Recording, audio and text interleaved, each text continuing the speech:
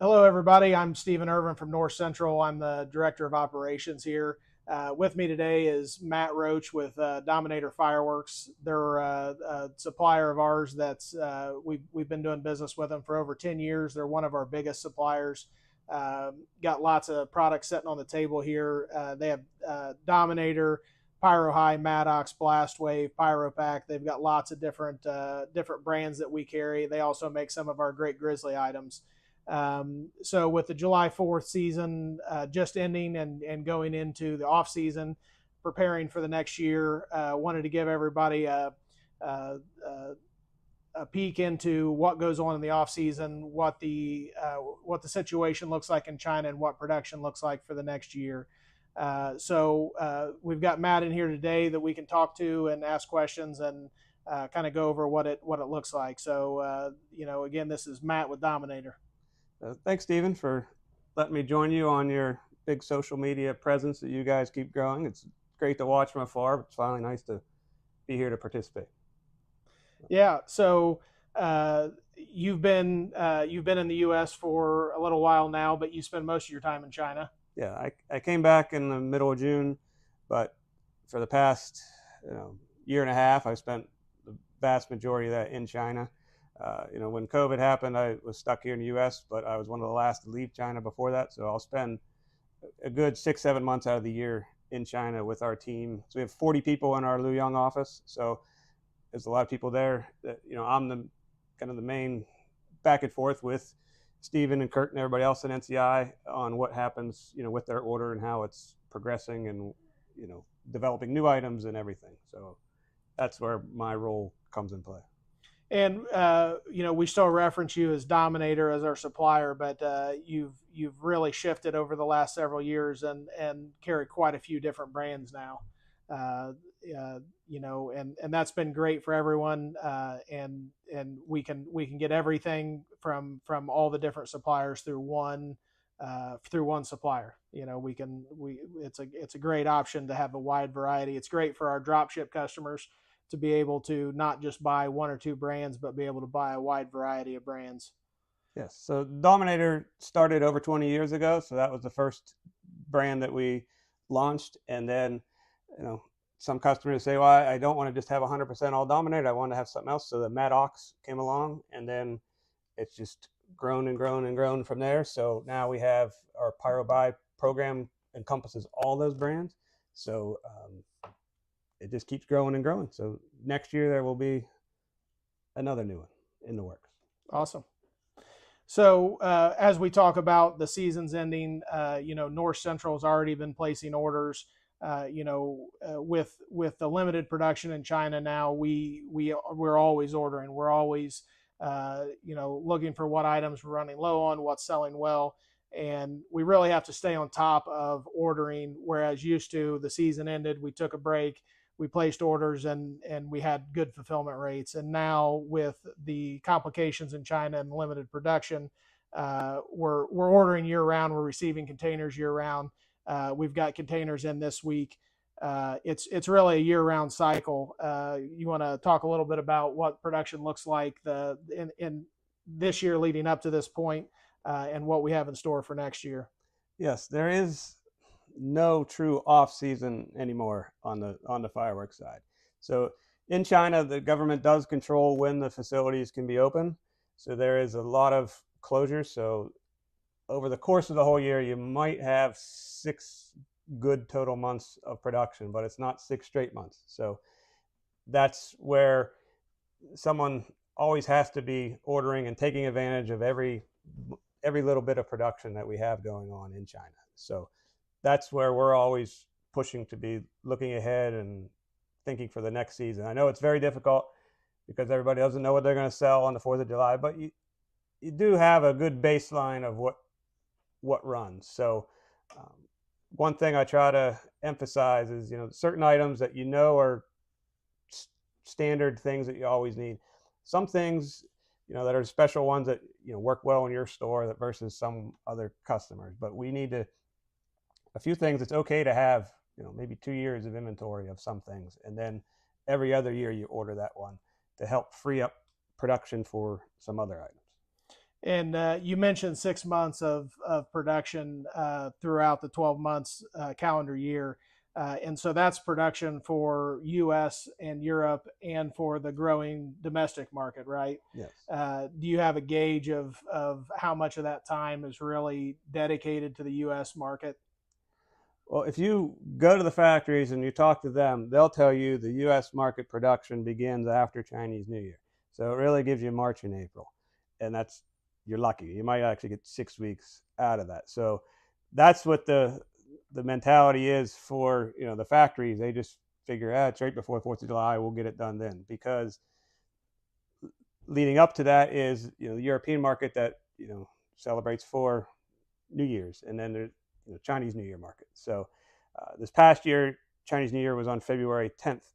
So that lead up all through January was focusing on the Chinese domestic market versus the U.S. So when I'm there, it's pushing and trying to get our stuff to be prioritized over that. And the domestic market is fairly new. I mean, they always produced fireworks for the Chinese market, but after COVID, they unlocked cities and allowed fireworks where fireworks weren't allowed before. And so, when Kurt and I were in China, the number of domestic market stores and every factory is producing domestic orders. It's really unprecedented. Is that starting to slow down a little bit, or is it going just as strong as it has been? Yeah. So when I left before COVID, it was still a very big domestic market, but even in Luoyang, like where the main hotel is, now after that there are dozens and dozens of new domestic sales companies popping up. So the domestic market was always big, but now the market just grew, 2 or 3 times, similar to how everything worked here in the U.S., but it's on a much bigger scale because there's just that many more people in Yeah, the China. population's just it's incredible. Even small towns, the impact that they can have on the fireworks market, Mm-hmm. and the domestic market. It's very attractive for the factories because they can produce it. They don't have to ship it overseas. They can get payment quicker.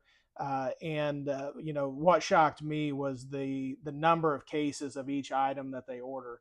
Where an item for the U.S. 500 cases, 1,000 cases is a good order, and we heard stories of 10,000 and 60,000 case orders of one item, which is very attractive to the factory and very unpractical for the U.S. market.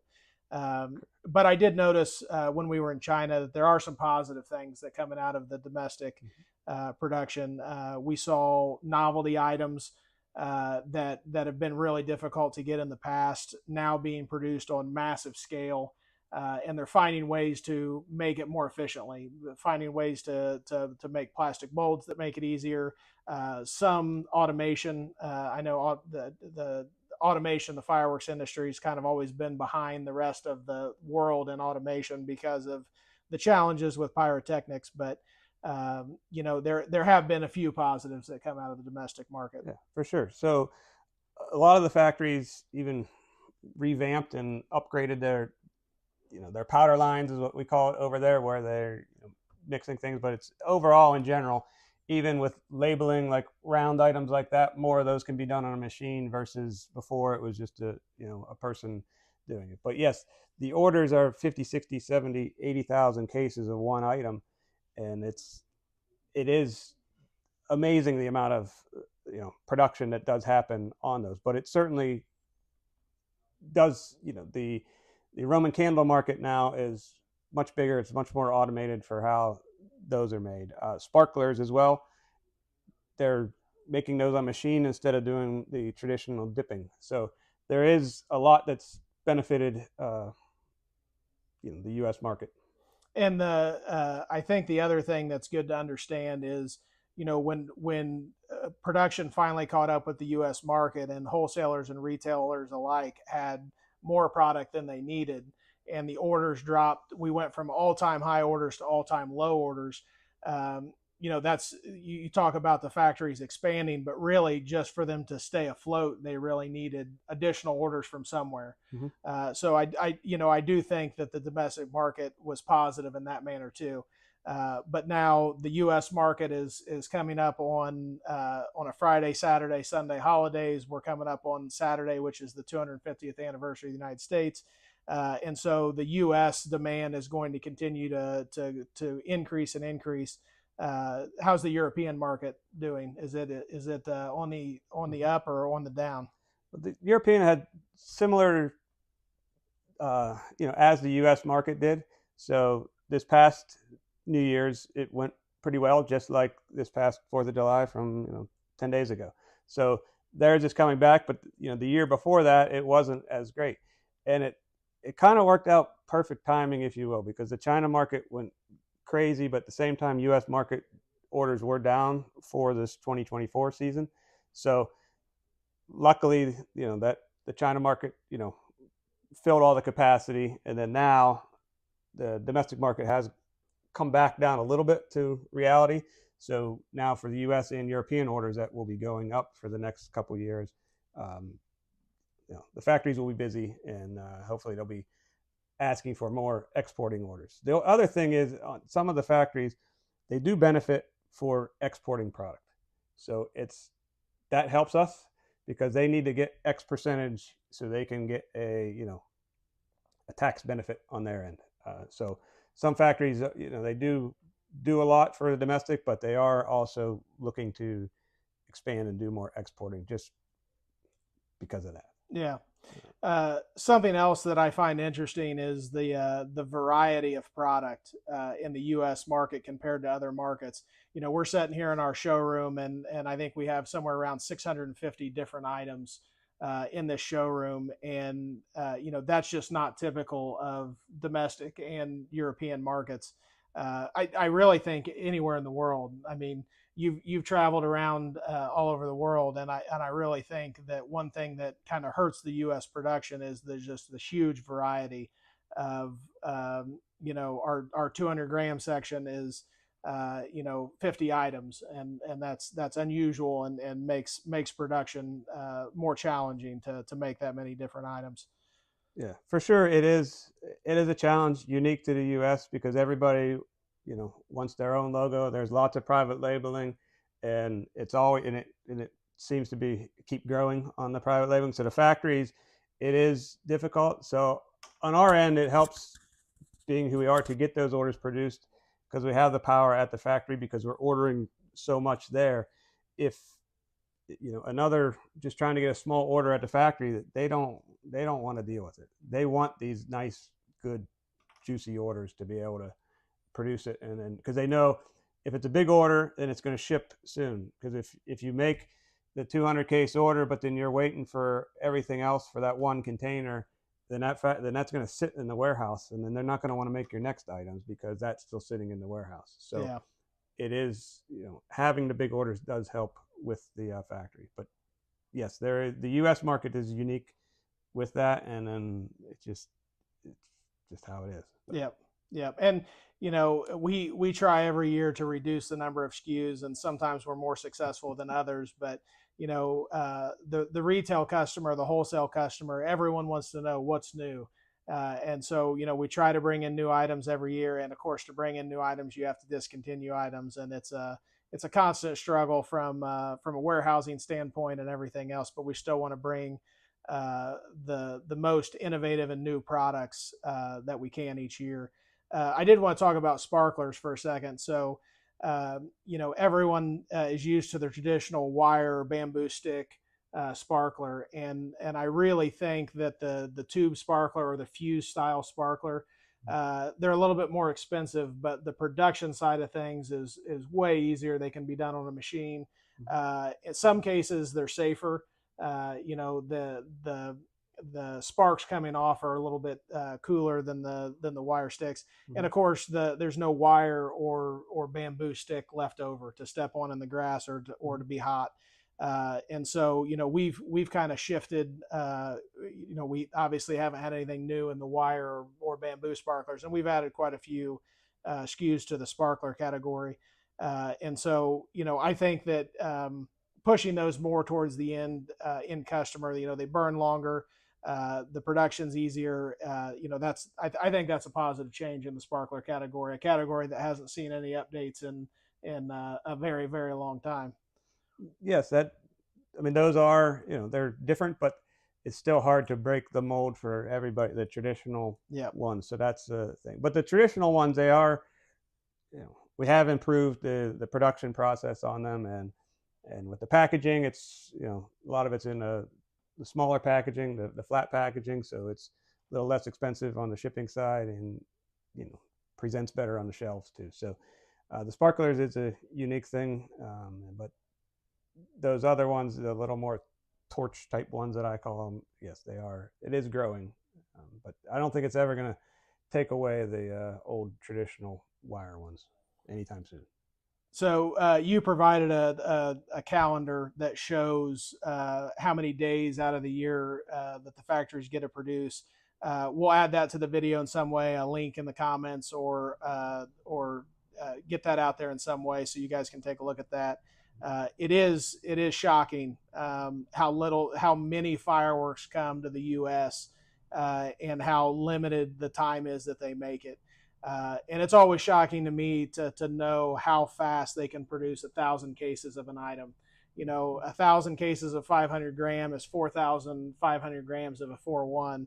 And the amount of time that it takes them to produce that is shocking, how fast they can move from one item to the next when they're in full capacity. But they just have such a small window to get it all done. Yeah, the production is difficult. There is a pretty standard set of days when it is, but then there's lots of holidays that go on.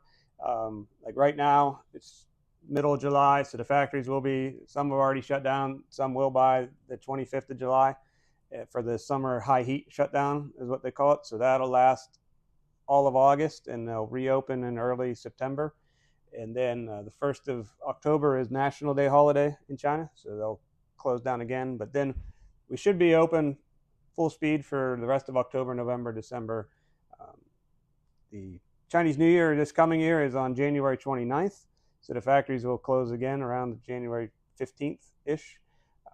But it is a challenge. And even when the days the factories are open, they're not all at 100% capacity because they do limit the powder lines. So the amount of black powder available is limited. So sometimes the powder lines only open 4 hours, half a day, and then that's it. So you get what we get. So that's the hard challenge now. And they don't want to have too much stock sitting in the warehouses over there for safety concerns. So that's the way they can limit it, is just saying how many kilograms of powder can be sent out, because the black powder, there's only a handful of black powder factories. So that's an easier way for the government to be able to control the production side of it. There is based off of the black powder and the lift charge. So that's the battle we have on our end, is the production time. It's just it's very limited.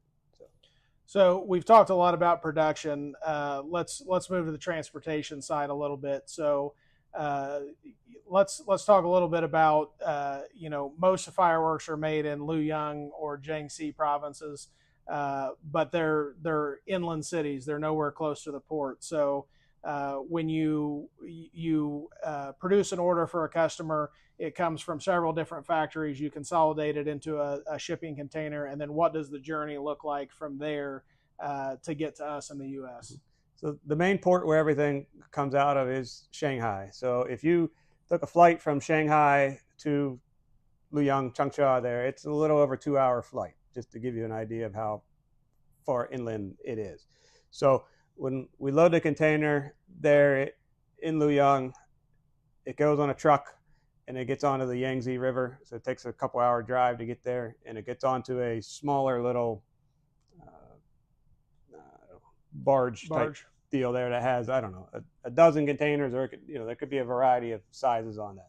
So then it gets on that, the Yangtze River, and it goes the whole way to Shanghai. And even when it gets to Shanghai, another 10 days later, they cannot offload it onto land in Shanghai. It gets loaded from the little boat onto the big boat. from there. So that's where it is limited. So it's not like we can just send stuff to Shanghai and just put it in the warehouse there and then load it later. No, there's rules in place that you cannot have anything in a warehouse in Shanghai. So they can't store the fireworks there. It has to go straight from the barge onto the container ship. Yes. So the timing is very, precise. It's not easy to change it. So when we got to load the last load date, if we missed that, then sorry, it's going to be on the next week or even later, because a lot of these bookings we have to do it in advance. So there's obviously a limited amount. So it's a tough thing. But this past year, you have to admit the shipping here in the U.S. When the container arrived, it was very much quicker, yes. much quicker yes. than we used to. We would say 5 to 6 weeks from the time that you loaded it till it was here. And then during COVID and when shipping got crazy, that just went out the window. And there was really no guessing at that point. There would be one that would get here in 6 weeks, and then there'd be another one that would take 3 months, regardless of when they shipped. And the container yards were so overwhelmed, the rail yards were so overwhelmed that containers would get buried. One that arrived sooner would get offloaded, and then it would get buried in other containers. And so that has all been so much nicer here in the last 12 to 18 months. It's really improved greatly. But now shipping cost, as everybody knows, skyrocketed. We're at unprecedented levels, almost 4 times what we were paying 5 years ago, and that came down dramatically when the supply chain freed up and there were less containers moving. Shipping got substantially better, but that's changing now as well too. Yes. So the timing of those containers moving in the U.S. Like I tracked just about every one that we have, and I don't think they could have moved any faster on some of these containers. It was just one day in Los Angeles, it's on the rail and it's coming. So it was as good as it's going to get right there you're not going to be able to shave off another 5 days on some of these. So, but with the cost of shipping, yes. So in April of 2023 is when the rates went down to the lowest they've been in the past few years. So, but it's starting to come back up a little bit. So last August they implemented a peak season surcharge that lasted for 11 months. And then they've also had some other increases in between. And in this past July, it's increased, at the 1st of July, it increased again. A lot of it is, in the U.S., you don't think you're very far away from it, but everything that's going on in the Middle East and the Red Sea, that shipping over there, because now no container can go through the Red Sea and the Suez Canal. Everything going to Europe has to go below South Africa and go around. So every vessel has another 10, 12 days one-way travel. This past spring, there was a lot of extra capacity in the shipping industry globally. So we didn't really feel the pain of that happening, but now it's starting to catch up. So all the European issues is going to start feeling the pain here in the U.S. because vessels are not in the right schedule that they were. Containers are just not where they need to be. So it is a nice excuse to be able to raise the prices. Yeah, I think it's safe to say that that we've fireworks prices came down in price this year in the U.S. I think it's safe to say that we've reached the valley, and hopefully there won't be a huge increase next year. But I think the fireworks that we're selling currently are the cheapest that they're going to be, and that they're going to. Hopefully it's a minimal amount, but I do expect them to start to come back up in price a little bit as production continues to be an issue, and also the freight starts creeping back up. But if anybody is asking you, say, what's it going to be for next July 4th? So we only have quotes that are valid until the end of August. So anything past then, we don't know. And that really means, that's the ETD when it leaves Shanghai. So we got to load it 2 weeks prior to that. So anything loaded after August 15th, we don't really know what the quote is. And the mystery on, everybody in the industry has, like this past June, the quotes were ending. We knew they were going to end on June 30th. We really didn't get the new quotes until like, I don't know, July 2nd or 3rd. So we already shipped for like 3 weeks. We loaded containers and we didn't even know the real quotes on. So that's a challenge that it is, and forecasting that is, very difficult to know for sure what it'll be in September, let alone March 2024. Yeah, and it's always nerve wracking when the prices are going to jump. They generally hold back the prices, and don't allow bookings, and allow bookings without knowing the price, and that generally means the price is getting ready to make a big jump. And it's just the nature of the business that we're in. Unfortunately, we don't have a lot of control over it, and they kind of get to set the prices, and just like any business, when they're affected in other parts of the world, it trickles through the whole company.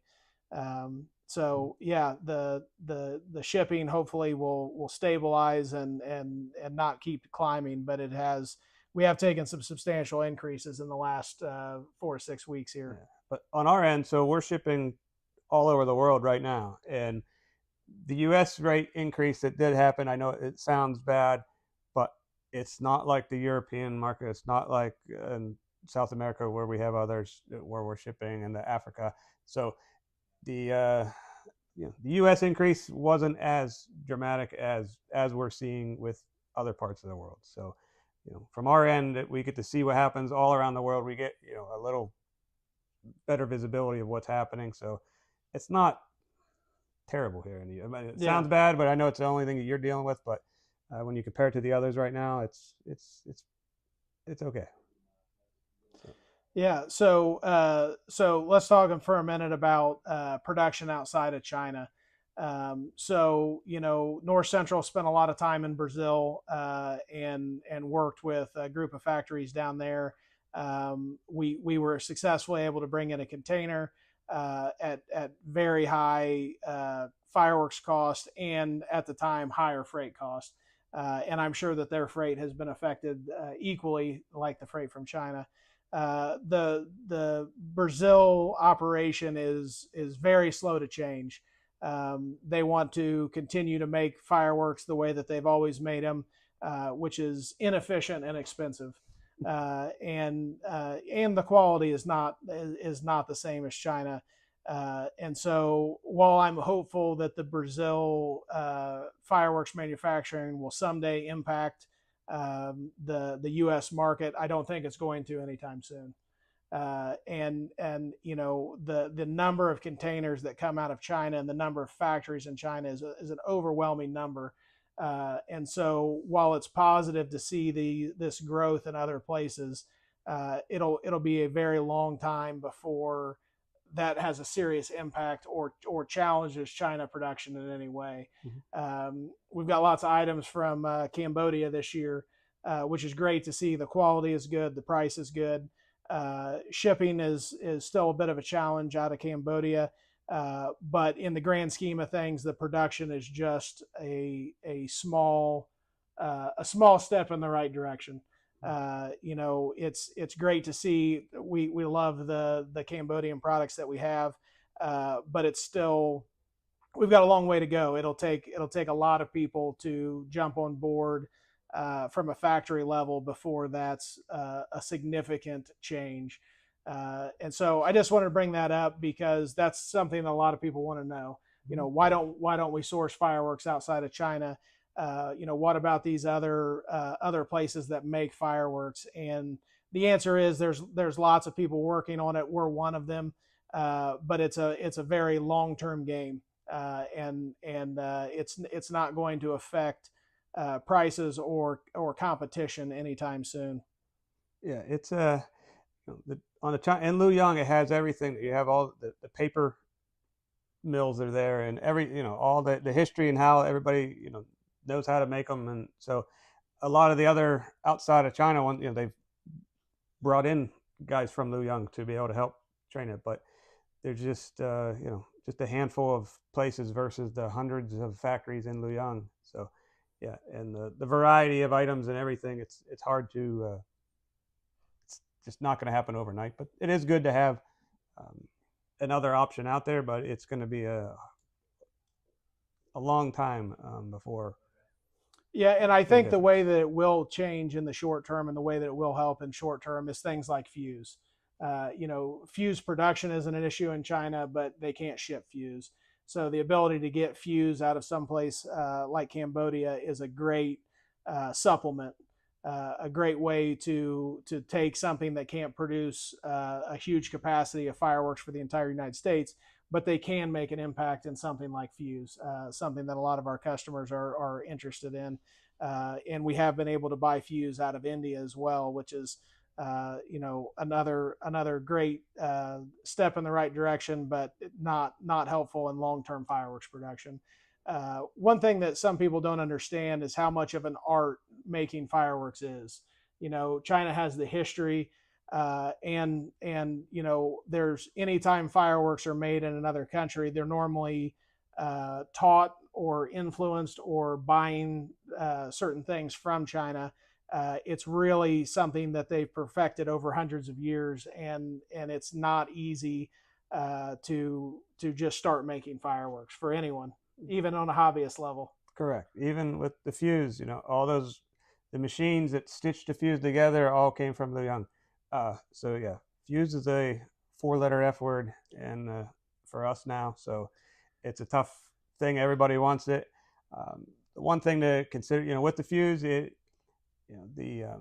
shipping of fuse here in the United States with the EX numbers and everything, it's gotten a little more defined better now, so it's listed as consumer. But one thing you got to consider is that pack of fuse, it has a UN 336 consumer fireworks. It's the same as a 500-gram cake in the terms of the DOT shipping. So just throwing that out there, that it's not all fuses paperwork is the same, but the way the new DOT rolls for EX numbers, it's easy to get the EX number for it, but it's the same shipping as that. So you just make sure you have all your ducks in a row when you're moving things from point A to point B. Yeah. So I want to bring up NFA. Dominator will be at NFA. You'll have a couple different booths, the Pyro Buy booth, the Dominator booth. North Central will be at NFA. It's in Erie, Pennsylvania, September 9th through the 13th. We've been in Erie, Pennsylvania for NFA before. It's a good venue. There'll be lots of demos every night. For anybody that's never been to NFA, you might consider it this year. It'll be a great event, and you can stop by Matt's booth or our booth and say hi to us. Also, this is the first time doing a video like this. Anybody has any questions for Matt or myself, we'll both monitor the video, and we're happy to answer any additional questions or have any additional conversations.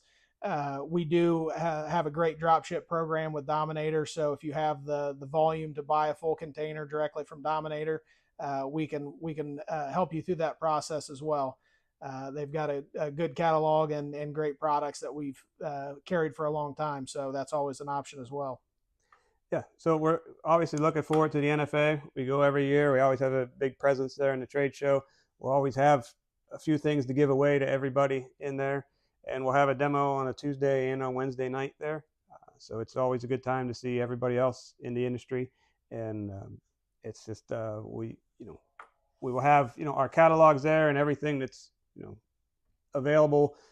NCI can get everything out of this book, so it's always great to work with you guys and come here to beautiful Muncie, Indiana, to check out the headquarters. Yeah, and PGI, you'll have a presence. Dominator will have a presence at PGI this year. That's more of a hobbyist organization or a display company organization.